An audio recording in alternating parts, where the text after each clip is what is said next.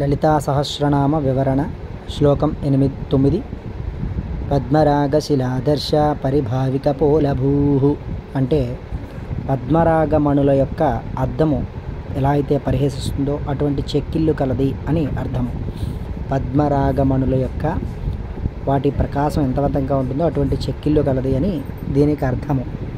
పద్మరాగశిలాదర్శ పరిభావిక పోలభూ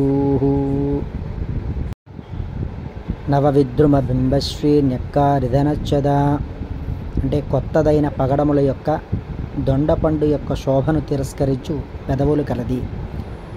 విద్రుమ అంటే నవవిద్రుమ, విద్రుమ అంటే పై పెదవి, బింబము అనగా క్రింది పెదవి అది దీని యొక్క ఈ శ్లోకం అర్థము. తదుపరి శ్లోకము మరుసటి వీడియోలో చెప్పుకుందాం. స్వస్తి.